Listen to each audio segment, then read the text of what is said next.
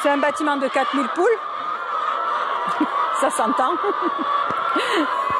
C'est 4000 poules et c'est entre 3500, à peu près 3500 œufs par jour.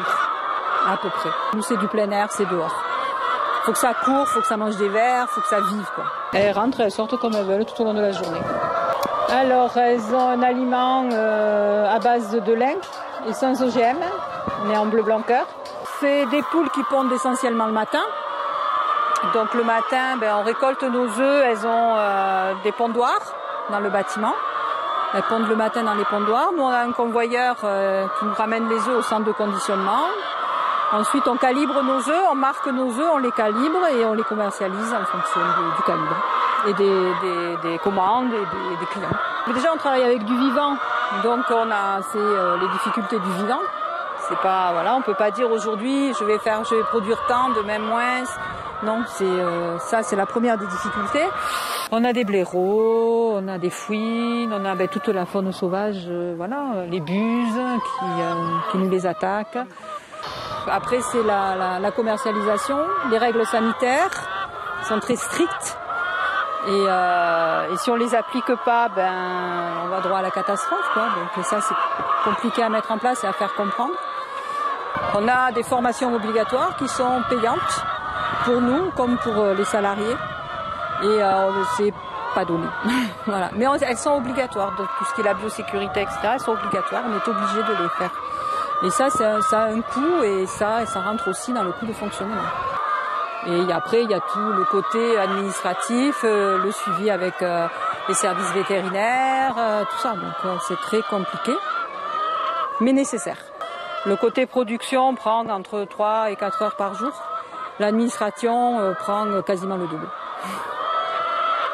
Administratif, pardon. Il faut expliquer aux consommateurs ce qu'on fait, pourquoi on le fait et dans quelles conditions on le fait. On a un aliment à acheter qui a un prix, donc là qui a augmenté énormément.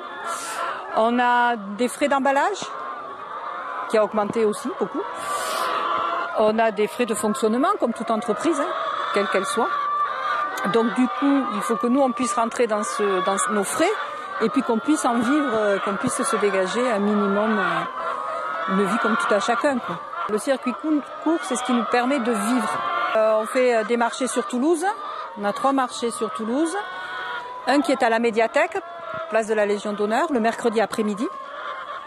Le vendredi après-midi, on est à Pont-Jumeau, de 16h à 20h. Et le samedi matin, à Saint-Michel, devant l'ancienne prison, à Toulouse. Ensuite, on travaille avec les Amis d'Autan. On travaille avec certaines ruches qui disent oui. Le drive fermier toulousain et et avec des professionnels sur Toulouse. Pendant le tout premier confinement où tout était fermé, on a eu beaucoup de demandes, plus qu'on pouvait produire d'ailleurs. Et ça a été assez révélateur parce que tous n'ont pas continué après, mais beaucoup. On a constaté qu'il y a beaucoup de gens sur les marchés qui sont venus nous poser des questions, qui sont venus découvrir, qui ont cherché à voir qui était à côté de chez eux, qui faisait quoi, voilà. On a eu quand même un petit retour quand même qui n'est pas négatif là-dessus. Et c'est le côté positif de la Covid, c'est le seul côté d'ailleurs de la Covid.